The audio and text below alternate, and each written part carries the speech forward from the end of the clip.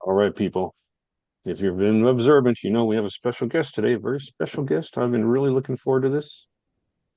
Mike Turner, and this is episode 544 of Fun Music, in case you're keeping track.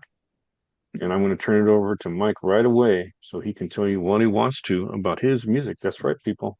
This is the musician, Mike Turner. Well, thanks, Don. Yeah, Don invited me to come today and share a few of my tracks.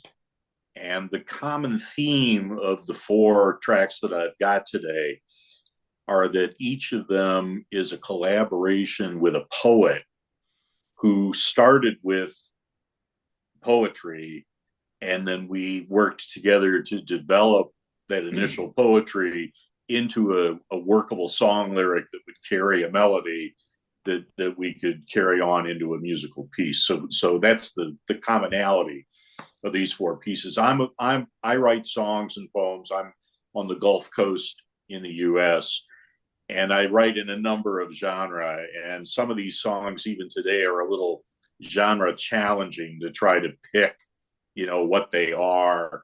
Most of what I write winds up somewhere in the neighborhood of roots music, contemporary folk, blues, with some jazz influences, some soul influences, and some rock influences. So it's really kind of across the board. The first song we're going to pull up is the most recent one that I've done as a collaboration. This is called My Soul is a Light Feather. It's a song that's written with an Albanian poet who's living in Italy. Her name's Irma Kurti. And she wrote the initial poem in her native Albanian and then translated it into English and then asked me to work with her to work through the lyric and compose the melody and compose the music. And some of her translation, you hear about things that don't translate well. Some of her translations we had to really work through to determine what the imagery was that she was trying to convey and what the message was that she was trying to evoke, because it didn't always translate to something that carried a lot of meaning in English. I think we were kind of successful in that. This is a song that's very heavy on imagery, a lot of snow, ice crystals in the air, that type of thing, lights. That really was a lot of what her original poem was all about. And I wanted to come up with something that conveyed all of that and how our souls connect with that type of imagery. And so, Don, if you want to play a short track, part of the track, this is on YouTube. Here we go.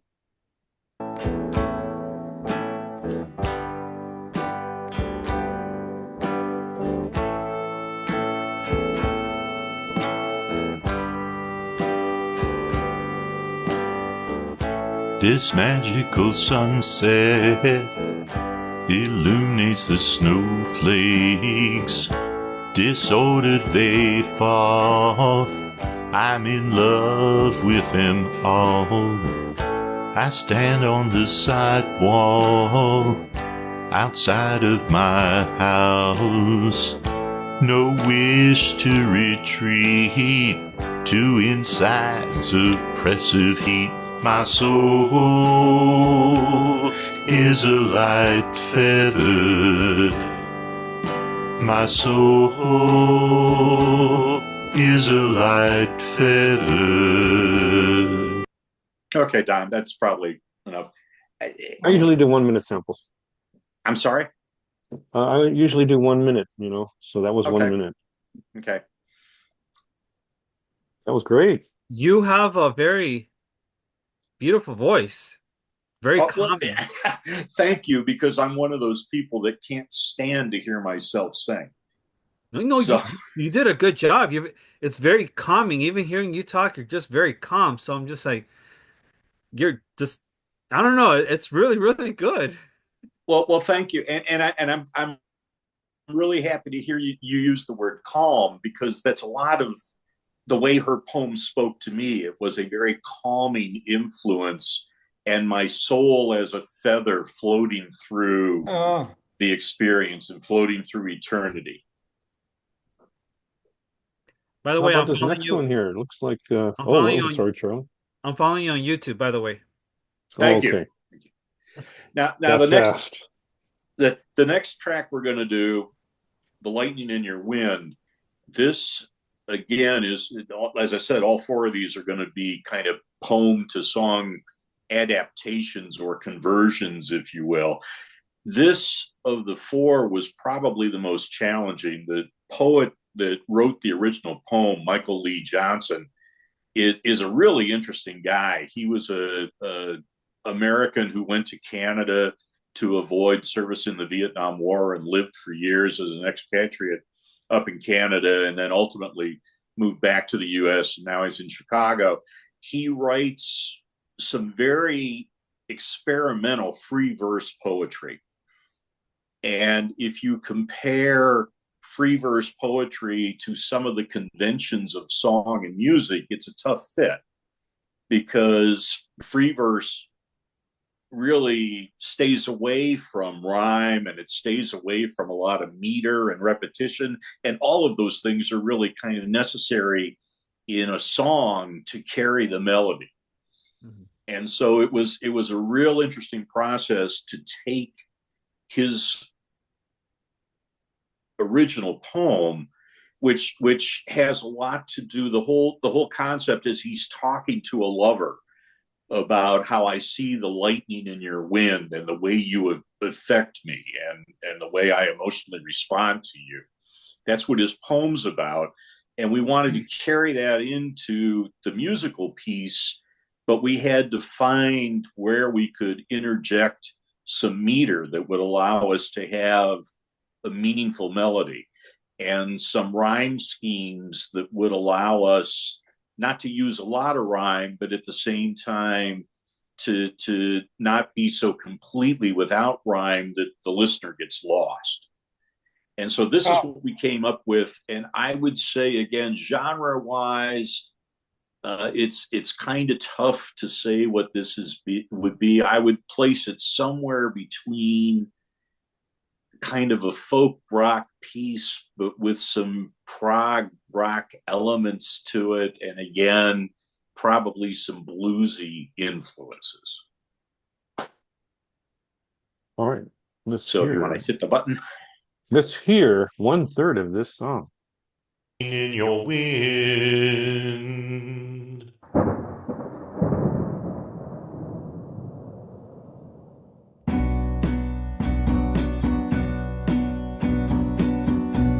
Like lightning in a thunderstorm, your touch electrifies.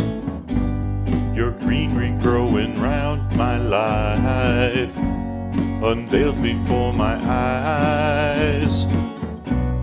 Your morning sunlight fills my lungs, enabling me to breathe. You are the banquet hall of all my joy's damnation streams.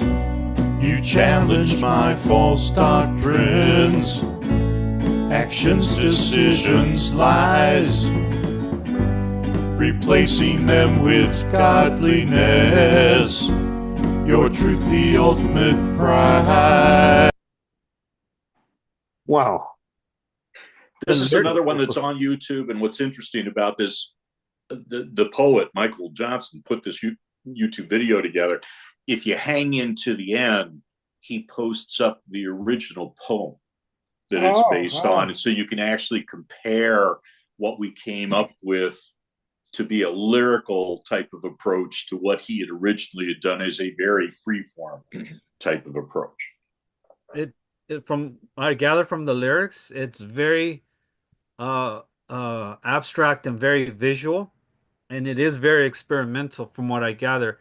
The the sunlight fills up my lungs, and oh man, this is really, really cool. Just the way you started off, I'm like, I just see like visual patterns in my head. And I agree with you, and I'm agreeing because that's all based on what Mike wrote, his version of that. Because in doing all of these and working with the poets that I work with, I really try to stay true to their vision and not make a tremendous amount of changes to the work that they produced, but I inject into it the way that it affects me, what I'm getting out of their poem. There's a real long story that I won't go into about another one that he and I did together, that he used a particular term that meant one thing to him and it meant something very, very different to me. And it came out in the way that we ultimately put the song together. And we both were very interested that we learned new things about ourselves and about each other because of our different interpretations of the term that he was using. So it's a real interesting process for me as a writer, because I'm writing things that I would not normally write otherwise. Is this a good time to bring up the fact that we're all poets?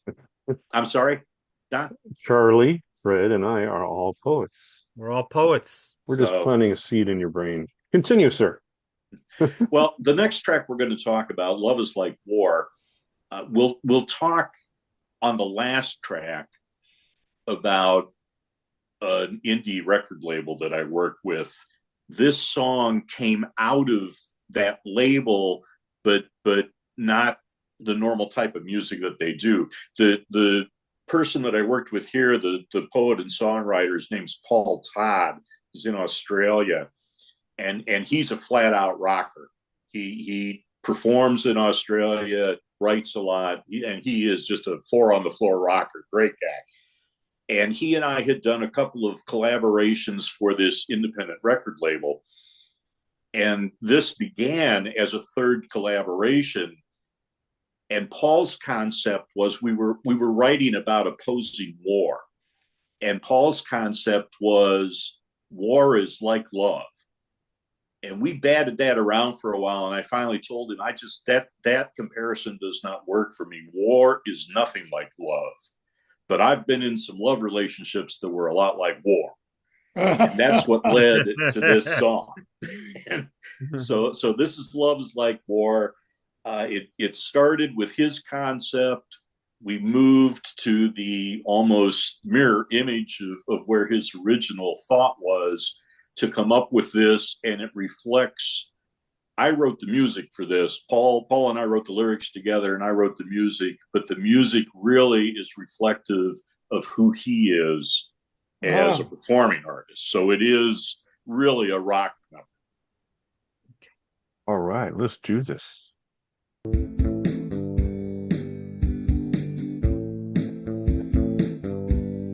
Love is like war. Love is like war. Hunkered down here on love's front line, facing off from opposing side. Love like war, too easy to stop, by soldiers with our broken heart. Banners unfurled, we march out to fight. Love turns to war, wrong versus right.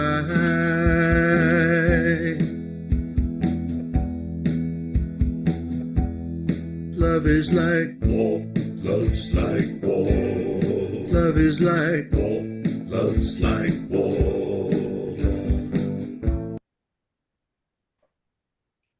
And so I think you can see a lot of what we tried to do here was the comparative imagery of experiences of war and battle and translating that into a love relationship that's not working out. Which I see what you mean, because in the bottom it says double agent, double meaning. Get it? And actually, there's a little more to that. I'm glad you pointed that out. That all of my stuff, for good or ill, the only automation that I use is the drum tracks. I've got a programmable app that I can program in the drum tracks. Everything else is me. Some of it very manipulated in the computer when it's over. So double agent is me, but it's a stage name, if you will, or a virtual name for some of the rock related tracks that I do. Nice. Because one of the things, as I mentioned in the beginning, since I really don't focus on one particular genre, I mean, that's great as a writer. It's not so good in building a brand for a fan base or a listener base, because the people that listen to my rock stuff may not care about my folk stuff. So I've got different faces that I wear, and double agent is one of them. And it's more of a play on words than you realize, because in my former life, before I started doing all this, I was a government investigator, a special agent for the Customs Service. And so double agent's got a little personal to it nice, too. nice. So now for the last track that I'm going to share with you today, Colors and Hues, this is I would say a contemporary folk or a folk rock song that I wrote with a lyricist in the UK. Her name's Jane Shields. And the way this song came about, I was putting together a live performance that I was going to do of original songs on social justice topics. Things like opposing war, poverty, homelessness, gun violence, things like that. And I realized I didn't really have a song that really went to racial issues, particularly racial issues here in the United States. And I really wanted to have that. So I touched out base with Jane, who is a very prolific writer. And she had a song that she had started that dealt with race relations. She called it Black and White. And so it really talked about the relationship of blacks and whites in that type of a context. I wanted to make it a little bit bigger than that. I wanted to really kind of reach out and draw in other people that are discriminated against and other parts of society that we don't always connect with, particularly in the LGBTQ community. So her Black and White became a more colorful pastiche for me as we worked through it, and it wound up being this song, Colors and Hues. That's my cue. All hearts beat the same underneath our skins. Outward colors are not who we are within. Look inside, we'll find what's different fades from view. We're all the same colors, a rainbow of life's vibrant hues. Too much in life, we use outward colors, our world to divide. We must unite, we'll find what's in common when we look inside. All hearts beat the same underneath our skins. Outward colors are not who we are within. Look inside, we'll find what's different fades from view. We're all the same colors, a rainbow of life's vibrant hues. Now, of the four songs that I've shared today, this is, I think, the only one that's out on Spotify and iTunes as well as on YouTube. And that's because this song was produced and released by the independent record label that I mentioned. It's called Music for World Peace Records. It's here in Pennsylvania in the United States. And they specialize in original music that promotes world peace and opposes war. And so they're looking for songs that are on those topics. This is one that I pitched to them, and they took it on as a statement of universal peace, universal brotherhood, and love. I've done some other work with them as a writer. I've got a couple of other songs that they have recorded where I'm the artist. I have several songs with them where they had other artists on their roster cut them, which was really kind of neat to have other people cutting and releasing stuff that I'd written. So that's where that song comes from. You know what's really cool about that song? It gave me major Moody Blues vibes. Ah, thank you. And they need some good songs. they need to be exposed to your song. I know John Lodge has a new album out. He could have used this song. It's really good. It's my favorite of the four. Oh, It's so thank you. well produced. The words that you started, And I'm sorry. the words that you started in the beginning, I was like, "Yep, amen," because the way things have been, the political climate, these couple of years, and then currently where we are now, yeah, we definitely all need to be together and not not be angry at each other, Peace and love, peace and love. That's I am a huge believer in that. I think that if we had the ability to set aside all the political stuff and concentrate on what it is that we have in common, and think about how we all really want the same things in terms of peace and security and love and community. If we could focus on those things instead of the things that we choose to let divide us, how much further along we'd be. I hope we can do that. It's hard to think about it right now, the way things are right now, but yeah. I've got a lot of hope that that can happen. And that's one of the reasons that I really support this record label. I'd encourage everybody to go listen to their stuff. They've got all the releases up on their website. It's musicforworldpeacerecords.com. And full disclosure, I helped to found the label, and I'm still a financial supporter. But I stepped away from it. I managed the label for a couple of years, and it got to be too much like a new job, and I didn't want a new job. So, but I think they're doing a lot of good work, and I'd like to hear their stuff get heard. Oh, nice. Amen. Amen. Nice. Music is definitely one of the things that can unite people. Thank you so much for visiting today, Mike. I just want to remind people that these videos are on YouTube, obviously, and you can look for Double Agent, Mike Turner, and in terms of purchasing it, Colors and Hues is available, right? I'm sorry. Colors and Hues can be purchased. Yes, it can. And Yeah. yes, and maybe The Lightning in Your Wind, that might be up on Spotify. I don't remember, and iTunes. Okay. Well, But I as much as I want people to be able to listen to the music, I'm not really. This is kind of a funny thing to say, but I'm not overly worried about making a whole lot of money off of it. I want the messages to be heard. Oh yeah, So we want you a to lot be of what I'm heard. putting Yeah, out there yeah. is available for free because I want it to be heard.